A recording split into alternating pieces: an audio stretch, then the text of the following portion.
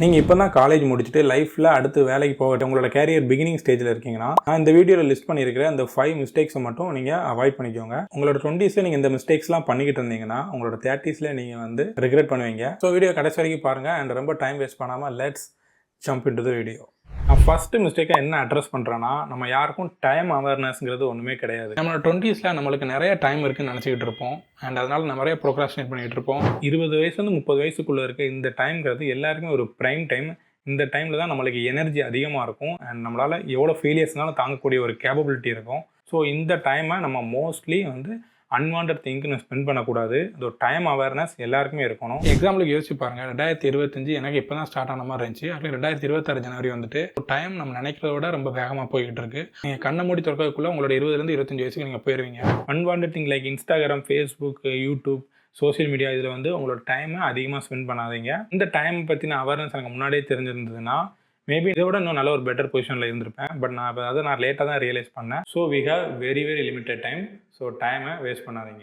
ரெண்டாவது ஒரு மிகப்பெரிய மிஸ்டேக் என்னென்னா, நம்ம ஒரு டிகிரி முடிச்சிருக்கோம். இந்த டிகிரி முடிச்சனால நம்மளுக்கு ஒரு வேலை கிடைச்சிரும் அப்படின்னு நம்பிக்கிட்டு இருக்கிறது. பட் உண்மை என்னென்னா, நீங்கள் ஒரு வேலைக்கு போகணும்னா உங்களுக்கு உங்கள் டிகிரி ஹெல்ப் பண்ணாது, உங்களோட ஸ்கில்ஸ் தான் உங்களுக்கு ஹெல்ப் பண்ணும். இந்தியாவில் நீங்கள் பார்த்தீங்கன்னா நிறைய இன்ஜினியர்ஸ் முடிச்சவங்க வேலை இல்லாமல் இருப்பாங்க. MBA முடிச்சவங்க கன்ஃபியூஸ்டாக இருப்பாங்க. ஆர்ட் ஸ்டூடெண்ட்ஸ் வந்து லைஃப்லேயே லாஸ்ட் ஆன மாதிரி ஃபீல் பண்ணிட்டு இருப்பாங்க. ஏன்னா காலேஜில் நம்ம படித்தது எல்லாமே ஜஸ்ட் வந்து ஒரு டிகிரி தான், ஜஸ்ட் ஒரு ஃபில்டரிங் ப்ராசஸ் தான். பட் ஆக்சுவலி உங்களுக்கு ஜாப் வேணும்னா you have to focus on skills.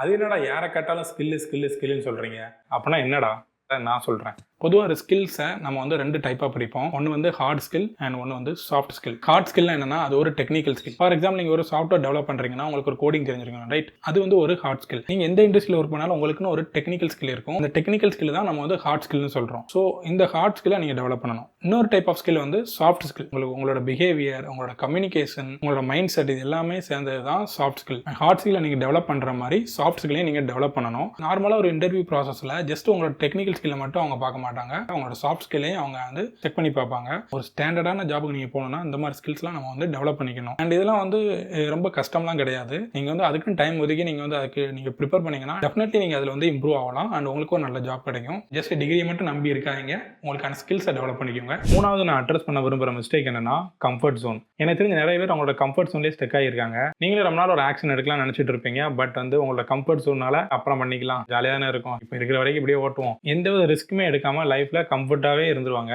ஆனால் அதுவும் ஒரு டேஞ்சரஸ் தான். ஏர்லி ஸ்டேஜில் அந்த கம்ஃபர்ட் ஜோனில் மட்டும் சிக்கிறாதீங்க. ஏர்லி ஸ்டேஜில் ஒரு கம்பெனிக்கு வேலைக்கு போகிறீங்க, 1 இயர் எடுத்துக்கோங்க. அந்த 1 இயரில் நீங்கள் பார்க்குற வேலைக்கான எல்லா ஸ்கில்லையும் நீங்கள் லேர்ன் பண்ணிட்டீங்கன்னா உங்களுக்கே தோணும் சேம் ஒர்க்கே திருப்பி பண்ணுற மாதிரி இருக்கும். அண்ட் எப்போ அப்படி உங்களுக்கு தோணுதோ அப்போ வந்து you are ready to move to next job. But same இண்டஸ்ட்ரிக்கான ஜாபுக்கு போகணும். ஃபார் எக்ஸாம்பிள், இப்போ நான் ஒரு ஆப்டிக்கல் கம்யூனிகேஷன் இன்ஜினியர், நான் ஸ்டார்டிங்கில் தான் இருந்தேன். நெக்ஸ்ட்டு அதிலே ஹையர் பொசிஷனுக்கு என்னென்ன ஸ்கில் வேணுமோ அதை இம்ப்ரூவ் பண்ணிக்கிட்டு அடுத்த ஜாபுக்கு ஸ்விட்ச் பண்ணேன். மினிமம் ஒரு கம்பெனியில் 1 இயராவது ஒர்க் பண்ணுங்கள். அந்த ஒர்க் பண்ணிக்கிட்டே இருக்கும்போது உங்களோட ஸ்கில்ஸை இம்ப்ரூவ் பண்ணிக்கிட்டு அடுத்த லெவலுக்கு ஸ்விட்ச் பண்ணுங்கள். ஒரே கம்பெனியில் தேங்கி போய் இருந்துடாதீங்க. நிறைய பேர் நான் பார்த்துருக்கேன், ஒரு கம்பெனியில் 5 வருஷம் 6 வருஷம் இந்த கம்பெனியை போய் கட்டி காப்பாற்றிட்டு இருப்பாங்க. பட் அப்படிலாம் தேவையில்லை. உங்களை பொறுத்த வரைக்கும் அது ஒரு கம்பெனி, ஆனால் கம்பெனியை பொறுத்த வரைக்கும் அவங்களுக்கு வந்து நிறையா எம்ப்ளாயிஸ் இருக்காங்க. ஸோ நீங்கள் ஒன் ஆஃப் த பீப்புள் தான். இந்த மிஸ்டேக்கை ஏர்லி ஸ்டேஜில் பண்ணிடவே செய்யாதீங்க. நம்மளோட ஏர்லி 20ஸ்ல நம்மளோட கேரியரோட பிகினிங்கில் நம்மளுக்கு வந்து மணியை பற்றின புரிதல் இருக்காது. பட் அதை தெரிஞ்சிக்காமல் இருக்கிறது தான் ஒரு மிஸ்டேக்னு நான் சொல்ல வரேன். என்னடா மணியை பற்றி என்ன புரிஞ்சிக்க வேண்டியது இருக்குது அப்படின்னு உங்களுக்கு டவுட் இருக்கும். எஸ், அது நிறையா இருக்குது. மணி மேனேஜ்மெண்ட்னா என்ன, ஃபினான்ஷியல் லிட்ரஸினா என்ன, சேவிங்னா என்ன, இன்வெஸ்ட்மெண்ட்னா என்ன, இதெல்லாம் ஏர்லி ஸ்டேஜில் நீங்கள் தெரிஞ்சுக்கிட்டீங்கன்னா காம்பவுண்டிங் எஃபெக்ட் ஒன்று இருக்குது. அதை நான் லேட்டாக தான் ரியலைஸ் பண்ணேன். எனக்கு அது தெரிஞ்சதுன்னா நான் என்னோட 20ஸ்லேயே நான் வந்து என்னோட இன்வெஸ்ட்மெண்ட் எல்லாத்தையும் நான் ஸ்டார்ட் பண்ணியிருப்பேன். நீங்கள் ஏர்லி 20ஸ்ல இருந்தீங்கன்னா ஃபினான்ஷியல் லிட்ரஸியை பற்றி கண்டிப்பாக தெரிஞ்சிருக்கணும். அண்ட் எனக்கு அதை பற்றி தெரியாது ப்ரோ, எனக்கு யாராவது சொல்லிக் கொடுத்தா நல்லாயிருக்கும் அப்படின்னு நினச்சிங்கன்னா நம்ம சேனலில் அதை பற்றி நான் வீடியோ போடுவேன். அதை நீங்கள் மிஸ் பண்ணக்கூடாதுன்னு நினச்சிங்கன்னா அந்த சேனலை போய் சப்ஸ்கிரைப் பண்ணிக்கோங்க. நல்லா யோசிச்சு பாருங்கள், அல்டிமேட்டாக நம்ம எதுக்கு ஒர்க் பண்ணுறோம்? மணிக்காக தான். கஷ்டப்பட்டு நம்ம சம்பாதிச்ச அந்த மணியை மைண்ட்லெஸ்ஸாக செலவு பண்ணோம்னா அண்ட் அதுக்கு எந்த பயனுமே இல்லை. நம்ம லைஃப்பில் அடுத்த லெவலுக்கு போகணுன்னா உங்களுக்கு ஃபினான்ஷியல் லிட்ரஸி தெரிஞ்சுக்கணும். அது தெரிஞ்சிக்காமல் இருக்கிறது மிகப்பெரிய மிஸ்டேக்கு. 5வது ஒரு மிஸ்டேக் இருக்குது. அந்த மிஸ்டேக் நான் பண்ணக்கூடாதுன்னு நினைக்கிறேன். பட் எனக்குள்ளே இருக்க இன்னொருத்த வந்து அந்த மிஸ்டேக்கை திருப்பி பண்ணுறான். நம்மளை இன்னொருத்தவங்க கூட கம்பேர் பண்ணுறது.